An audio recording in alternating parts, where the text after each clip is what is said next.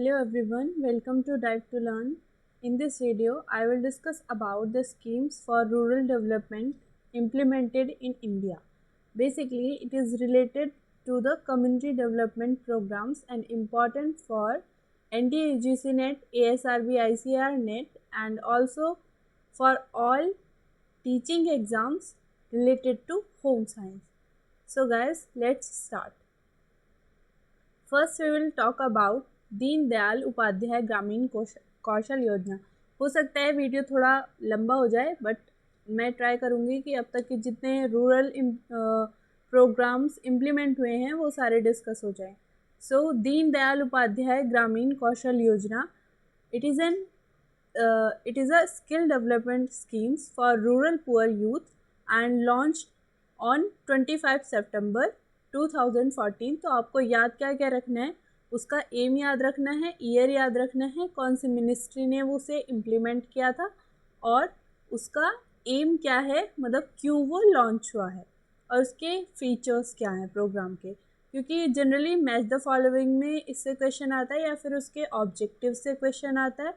तो हमारा पेपर 2 यानी कि जो एक्सटेंशन वाला है उसमें भी आ जाता है और कम्युनिटी डेवलपमेंट प्रोग्राम्स करके उसमें भी आ जाता है। So basically it was launched in on 25 सितंबर 2014 by union ministry Nitin Gadkari and Venkaiah Naidu on the occasion of 98th birth anniversary of Pandit Deendayal Upadhyay. तो ये भी कभी कभी पूछ लिया जाता है क्वेश्चन में, सो आप ध्यान में रखिएगा। एंड एम क्या था इसका, एम था यूथ जो कि 15 to 35 ईयर एज के पीपल हैं वो। देन उस टाइम पे मतलब 2015 तक इसमें 52,000 कैंडिडेट्स को स्किल कर दिया था। तो क्या था इसमें, स्किल डेवलपमेंट था, जिससे कि वो स्किल डेवलपमेंट हो उनमें और उन्हें एम्प्लॉयमेंट मिले उसके बेसिस पर। देन वी हैव स्वच्छ Bharat mission. So it was launched on 2nd October 2014, that is the birth anniversary of Mahatma Gandhi. The concept of Swachh Bharat Abhiyan is to pave access for every person to sanitation facilities including toilets, solid and liquid waste disposal systems, village cleanliness and safe and adequate drinking water supply. तो आपको पता ही होगा स्वच्छ Bharat mission के बारे में, तो इसके बारे में ज़्यादा डिस्कस करने की ज़रूरत नहीं है। And it was implemented by the ministry of drinking water and sanitation. So basically इसमें काम क्या था कि जो भी वेस्ट है उसको डिस्पोज कैसे किया जाए, उसका एक मैनेजमेंट हो, टॉयलेट्स हर जगह हो और विलेज में क्लीनलीनेस हो, हर जगह साफ़ पानी की व्यवस्था हो। तो लॉन्च हुआ था 2014 में। Okay, then we have Roshni, that is skill development scheme for tribals.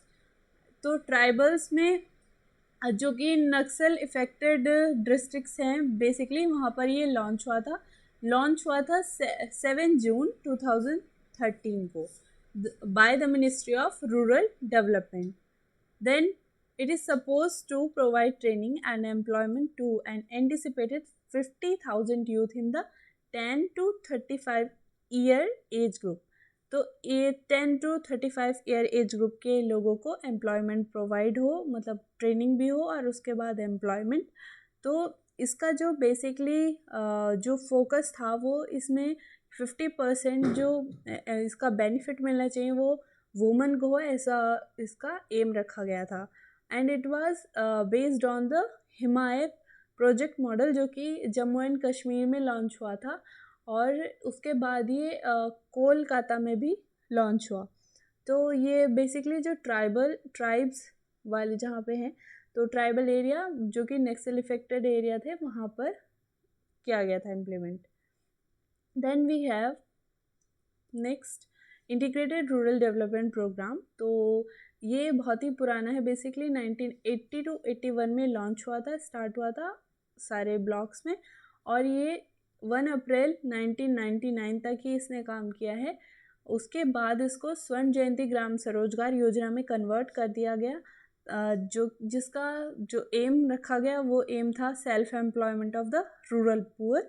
ये उसमें एक चीज़ और भी ऐड हुई थी कि उसमें स्वयं सहायता समूह जो कि सेल्फ हेल्प ग्रुप हैं वो उसके अंदर मतलब उसके द्वारा उन लोगों को सहायता मिले। सो इंटीग्रेटेड रूरल डेवलपमेंट को कन्वर्ट कर दिया गया था स्वर्ण जयंती ग्राम स्वरोजगार योजना में। तो जान लेते हैं स्वर्ण जयंती ग्राम स्वरोजगार योजना।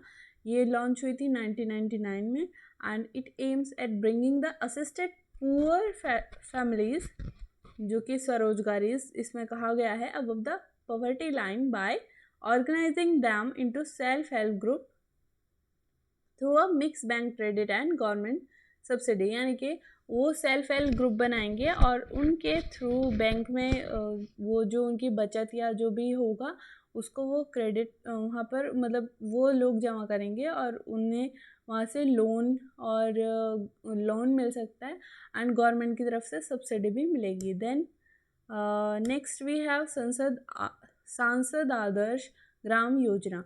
तो बेसिकली ये लॉन्च हुई थी लोक नायक जयप्रकाश नारायण के बर्थ एनिवर्सरी पर by PM Narendra Modi 11th October of 2014।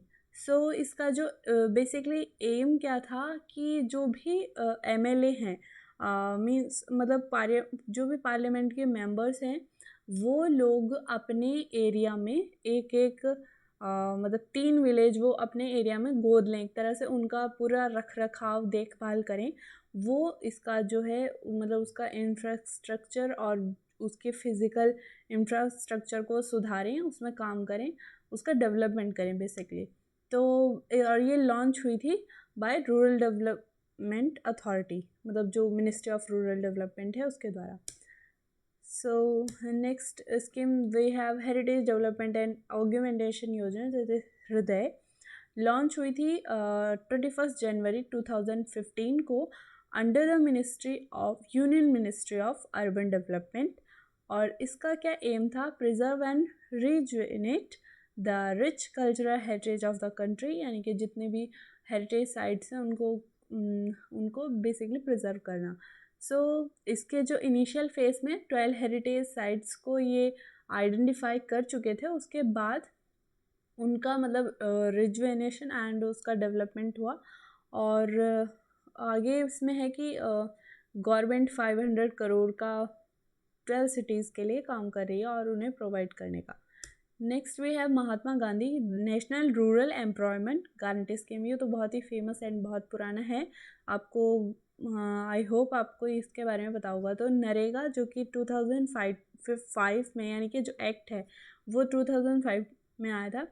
तो स्कीम लॉन्च हुई थी 2006 में और इसका जो बेसिकली इसको नरेगा भी बोल देते हैं और मनरेगा भी बोल देते हैं। तो इसका जो नया नाम है वो है Mahatma Gandhi national rural employment guarantee act यानी कि मनरेगा। तो इसका क्या था एम था कि जो लोग हैं उनको राइट टू वर्क मिले, जो बीपीएल वाले लोग हैं एंड उन्हें 100 डेज़ का एम्प्लॉयमेंट मिले।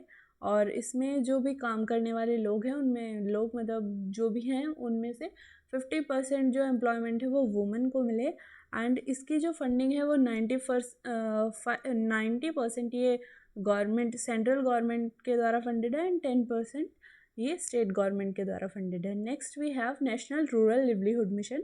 ये इसको आजीविका भी बोलते हैं और ये रिस्ट्रक्चर हुआ था स्वर्ण जयंती ग्राम स्वरोजगार योजना से, जो कि पहले आपका IRDP था यानी कि इंटीग्रेटेड रूरल डेवलपमेंट प्रोग्राम, फिर स्वर्ण जयंती ग्राम स्वरोजगार योजना हुआ और ये फिर उसके बाद बना है नेशनल रूरल लिवलीहुड यानी कि थर्ड है उसके बाद। तो 2011 में ये हुआ था स्टार्ट एंड इसका एम था empower the women self help group model across the country. जो मैंने आपको बताया था कि इसमें सेल्फ हेल्प ग्रुप के द्वारा मदद मिले तो वही था।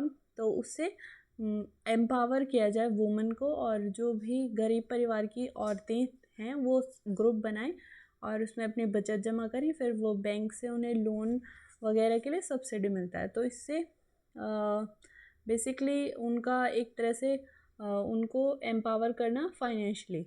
नेक्स्ट वी है प्रधानमंत्री ग्राम सड़क योजना। ये लॉन्च हुई थी 25 दिसंबर 2000 में और पहले ये 100% सेंट्रली फंडेड थी। उसके बाद इसमें जो एक फाइनेंशियल कमीशन आया था उसके बाद में इसकी 60-40 रेशियो कर दिया गया था। सेंट्रल 60% सेंट्रल गवर्नमेंट देगी एंड स्टेट गवर्नमेंट देगी 40%। देन इसका जो एम है वो है कि जो रोड है, मतलब जो मेन रोड है हाईवे से कनेक्ट किया जाए जो रूरल एरिया है, जो रिमोट एरिया है बेसिकली, ताकि वहाँ पर जैसे मतलब एक तरह से वो अगर कनेक्ट हो जाएंगे तो उनका अच्छे से डेवलपमेंट होगा, यही एम रखा गया था। और ये स्कीम लॉन्च हुई थी मिनिस्ट्री ऑफ रूरल डेवलपमेंट के द्वारा। Then we have training to rural youth for self employment, that is TRYSEM. ये सेंट्रली स्पॉन्सर्ड स्कीम है और लॉन्च हुई थी 15 अगस्त 1979 में।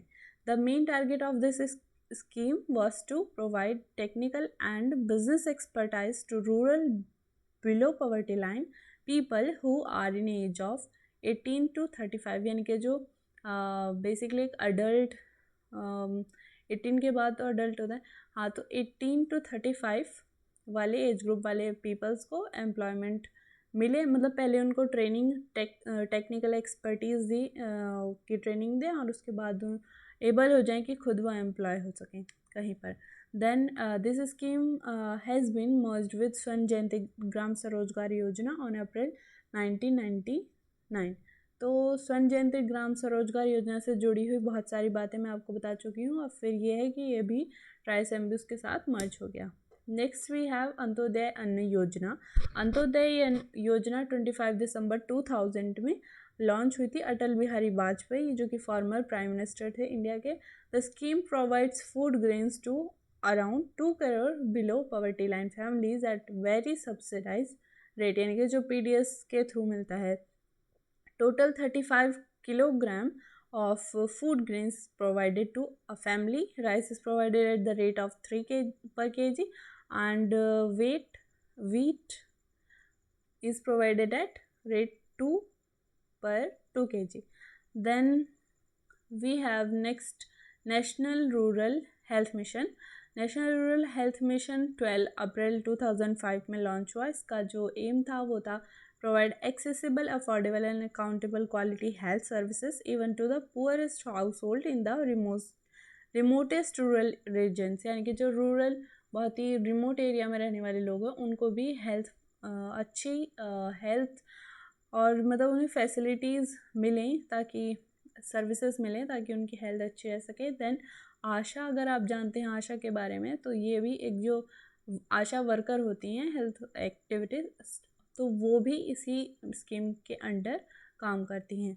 और ये इम्प्लीमेंट हुआ था, मतलब रन करती है ये scheme by health and family welfare ministry के द्वारा। नेक्स्ट है village grain bank scheme. Village grain bank scheme basically मैं इसका एक आइडिया दे देती हूँ आपको। इसका जो एम था ये बेसिकली इम्प्लीमेंट तो हुआ है department of food and public distribution के द्वारा।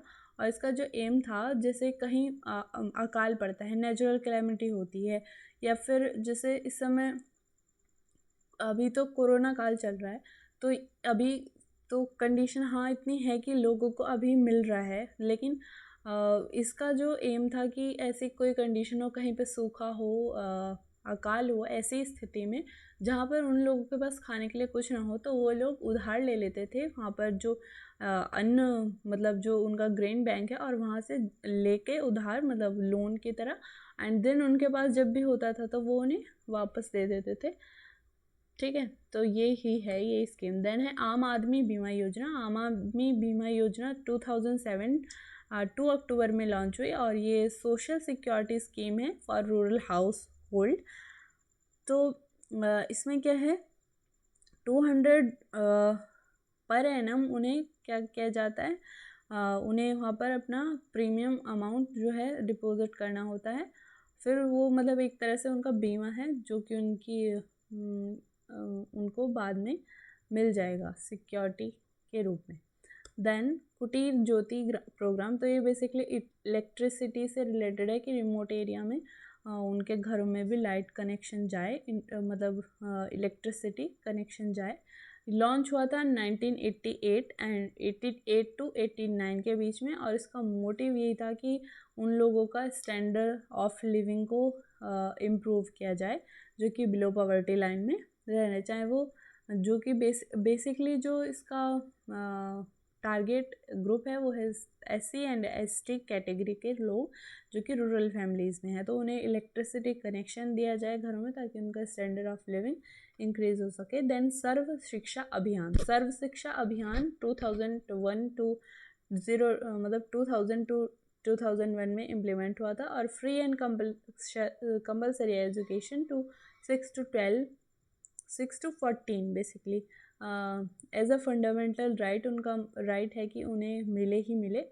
तो ये लॉन्च हुई थी former Indian prime minister Atal Bihari Vajpayee के द्वारा।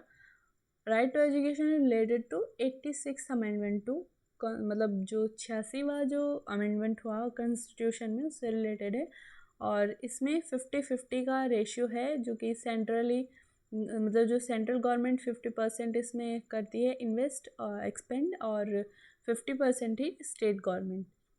सो इससे SSA बहुत फेवरेट टॉपिक है जो हमारे एग्ज़ाम में कई बार आता है। देन संपूर्ण ग्रामीण रोजगार योजना, ये 2001 में लॉन्च हुई है, और वेज एम्प्लॉयमेंट प्रोग्राम जो कि रूरल एरियाज़ में मिले जिससे कि उन्हें फूड सिक्योरिटी यानी कि उनको खाना मिले एंड इम्प्रूव न्यूट्रिशनल लेवल्स। ठीक है, तो इसका एम था, वैसे जो मेन एम है इसका फूड सिक्योरिटी को इम्प्रूव करना और उनका न्यूट्रिशनल लेवल, जिससे उससे पहले क्या है कि उनके पास वेज एम्प्लॉयमेंट हो। ओके, तो इम्प्लीमेंट हुआ था पंचायती राज इंस्टीट्यूशन के द्वारा। देन वी हैव जवाहरलाल रोजगार योजना, ये इम्प्लीमेंट हुई थी 1989 में, सेंट्रली स्पॉन्सर्ड स्कीम है, और दो प्रोग्राम थे जो कि national rural employment programme and rural landless employment guarantee programme, इन दोनों को मर्ज करने के बाद इसको बनाया गया था। तो इसका जो एम था वो था उन लोगों में जो कि अनएम्प्लॉयड या अंडर एम्प्लॉयड, यानी कि जिनके पास एम्प्लॉयड तो हैं वो बट कंप्लीटली नहीं है, मतलब ऐसा है कि कभी मिलता है और कभी नहीं मिलता है। तो उन लोग के लिए एक अच्छा इकोनॉमिक इंफ्रास्ट्रक्चर एंड उनकी जो क्वालिटी ऑफ लाइफ है वो इम्प्रूव हो, उसमें सुधार करने के लिए ये स्कीम इम्प्लीमेंट की गई थी। सो गाइस, ये मैंने अब तक सारा डिस्कस कर लिया है, और भी होंगे तो आगे हम अगली वीडियो में डिस्कस कर लेंगे। Thank you so much for watching. And ये कुछ है UPSC असिस्टेंट प्रोफेसर, जिसके लिए पेपर 1 का जो जनरल पेपर है उसका कोर्स ऑनगोइंग है just at 500 rupees, and home science and Hindi का जो कि ओनली 1999 रुपीज़ में है। आप इन गिवन नंबर पर कॉन्टेक्ट कर सकते हैं। So guys, thank you so much for watching. Please like, share.